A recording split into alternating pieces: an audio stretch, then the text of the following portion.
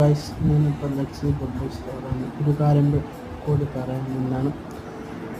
നിങ്ങളെ മനസ്സിൽ സങ്കടത്തിൻ്റെ ഭാരം കൂടുന്നത് കുറക്കാൻ പറ്റും. അതെങ്ങനെയാണെന്നറിയും. നിങ്ങൾ കൂട്ടുകാരെന്നുണ്ടോ, അപ്പം അവരെ വിശ്വാസമാണെങ്കിൽ അവരുടെ മനസ്സിലുള്ള സങ്കടം അവരോട് ഷെയർ ചെയ്യുക. അവർ വേറാർക്കും ഷെയർ ചെയ്യാമെന്ന് നമ്മൾ ഉറപ്പിക്കണം. കൂട്ടുകാരിയാവട്ടെ, അത് കൂട്ടുകാരനാവട്ടെ, ആരായാലും കുഴപ്പമില്ല. ആ കാര്യം തന്നെ പബ്ലിക്കായിട്ടോ അല്ലെങ്കിൽ കൂട്ടുകാരോട് വിളിച്ച് പറയും. എന്നിട്ട് ആ കാര്യം പറഞ്ഞുകൊണ്ടുതന്നെ അവനെ കളിയാക്കി കുറ്റപ്പെടുത്തി അവൻ്റെ പുറകിൽ ഇങ്ങനെ കളിയാക്കിക്കൊണ്ട് എന്നില്ലാകും. ആളോട് എനിക്ക് പറയാനുള്ള എന്താണ് എന്നറിയൂ.